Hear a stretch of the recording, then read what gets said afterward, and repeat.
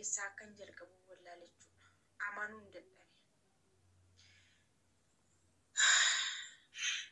Dhugaamiti ija kooti moo maanni kun jechaan tura akka nama of olla. Badiidha ma'aatidha jechuudha.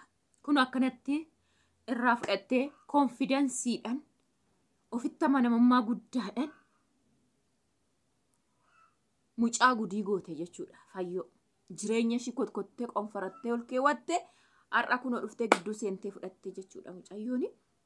Garuu Fayyoon immoo hin dhiisu nan du'a malee jettee iddoo isaa walaffeeran kana nan beekatte Finfinnee keessa ni beekti. Hin beekti waan ta'eef anoo du'ee nan awwaalame yoo nafee yoo dhiise iddoo walaffeertanii biizzaa nyaattan beekaa jechaa jirti jechuudha. Dhugaa dubbachuuf daawwattoota koo barrumti akkam keessa jirra, bara akkamii keessa jirra, bara namni goodatti namarraa fudhatu.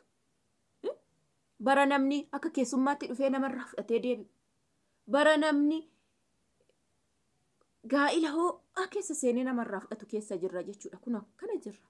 Garuu Fayyoon baay'ee boochee jirti. Baay'ee gadditee jirti. Ani salphaatti kun akkanattuu yoo viidiyootti as baatis seene gaas baate.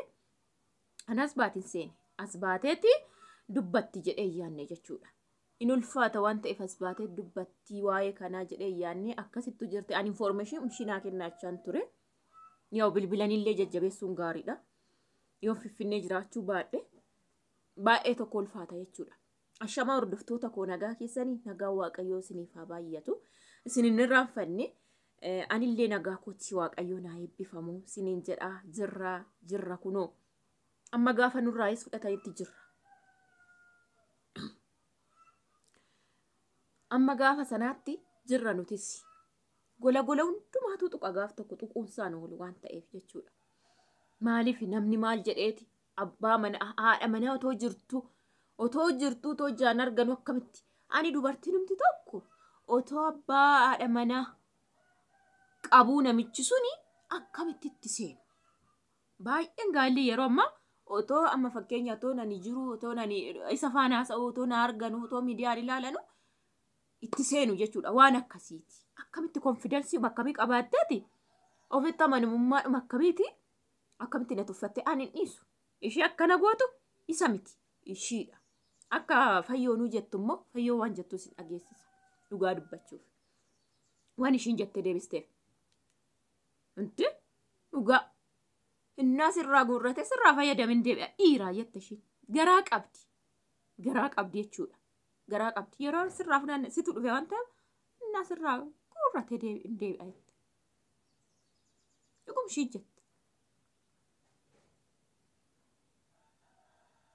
Fataan moo ofirraa jedhu ilma dhiiraati rakkoon wanti achitti hafu sin jiru wanti irraa hir'atu sin jiru dhiirri gaafuma deebi'a. Gaafuma sassaabama mana isaatti. Mana isaa waanna sa'u adda. Waan shawwadamte nyaatamte. Ani garuu oddooti jirtu bira nangaa. Finfinnee keessa hin jiraattem. Oddoo kaleessa dhaqxan illee sirriitti nan beeka. Viidiyoo kaleessa. Sigaleera. Oddoo sanarraa ka'ee oddootti jirtu humaa nan argaa yeroo sana anaafatti walitti gadi baana. Sigaleera miti. Dhiirri rakkoo tokko hin qabu balleessaan jiraa bira akka hin jirre. Dubartii sana. Dhiirri waan arga akka adurree isiniin jedheera dhiira.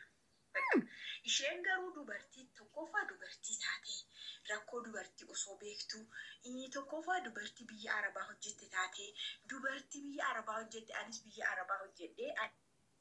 Kana gaafa fakkaata kun kan dhuguma dhiirri iddoo duraatti deebi'a naata akkashii sanarraa funaannetti iddoo duraatti gaabbee deebi'a. Maaliif achitu caala achitu gaa'ila hin beeka isa birriin nama bitanii miti. Hin beekti hin deebi'aaf ishiitu iyyuu gaabba ishii sanatu gaabba jechuudha. Ishumatu gaabba mataa ishiitti.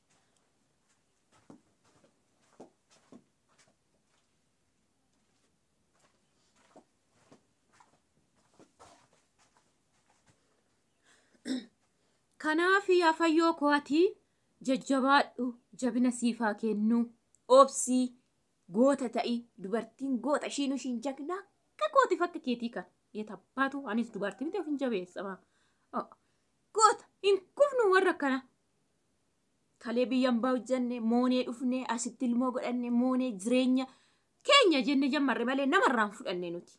Konfidensii qabna namarraan fudhanne otoo qophaa taa'utti heerumne barus hin dandeessa. Hin booyin hin aarin hin dhufannu akkatu jette immoo. Hin dhufa. Innaa hin dhufa dhugaa dubbachuuf hin deebi'a. Isarra ishiin sumunii hidhattee dhufte sanaan isa bitte inni qassee keessa hubataadha. Dhiirri dubartuma dursatti dhaqee jaalata jedhan. Ishuun dura fuudhe. Ishuun bira jira allapheen dhuga. Kunis sobdi. Innaa dhuftee takka badbad jettee inni qassee karaa daa'ima isaatiitti deebi'a. Foon isaarraa warra dhalatan ijoollee isaatti. Haadha manaa isaa ishii dura arge ishii gaafa maatii biraa habaabbalee obboloota biraa habaabbalee too lama sadiin bulchuuf fudhatee dhokatee mana kireessatti galfatee kan. Hin dhiisu ishii yaadatan. Inaarinati. Of jabeessi sirma. Eessa baashi irraa galchi utoo na ta'e. Akkatti irraa galchi. Yoo karaa keessaa na dubbifte ta'e sittan hima akkamitti akka gootu. Irraa galchi dhokadha akkas irraan beekamnetti. Gixxum godhiti kan dhufte mana kee. Gadhee mana ofii dhufanii waan godhan godhu. Waan godhan gadhee mana ofii dhufte jechuudha.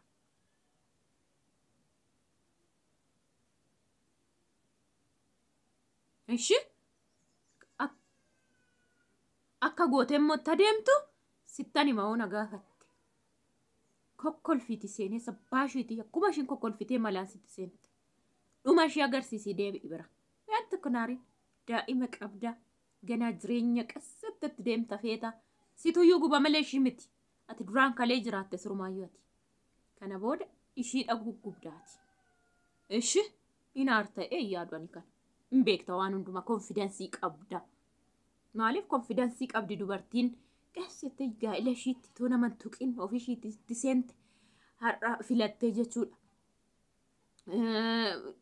Ilmoo qabdu waan hundumaa beekti qassatti seenti qassatti hubattuudha. Kanaaf hin hubatta'ee yaada. Isa isaan si gubuudha. Ishiin sun birriidhaan dhuftee sabittee innis birrii ilaalee rigii dhaqee bitamee seenee nyaachuu dhaqee nyaate haa dhufu. Amma sittati sim jedhe konfidensii keetiin jiraadhu. Inaarin. Ani kanas si dabarsa. Garuu warri qe'ee namaa seentan balbala namaa seentanii karaa gwaadaa namatti seentanii uraa laallattanii seentanii qaa qorqorroo haa ta'u girgiddaa haa ta'u balbalaan haa ta'u namatti seentanii nama saamtanii of eeggadha. Warri nama saamtan of eeggadha. Ishiin mirgitti macarraa ishiin dhabdu. Ugin is warri hattoonni of eeggadha. Warri namarraa hattan waan argitan. Of eegaa ani isaan isinii dhaama. Malee hin boo'ittis maa boocha? Maaliif boocha? Irraa galchi malee maa boocha qol? Irraa galchi. Kokkolfi irraa galchi sabbaashiiti. Xaassi jedhiti.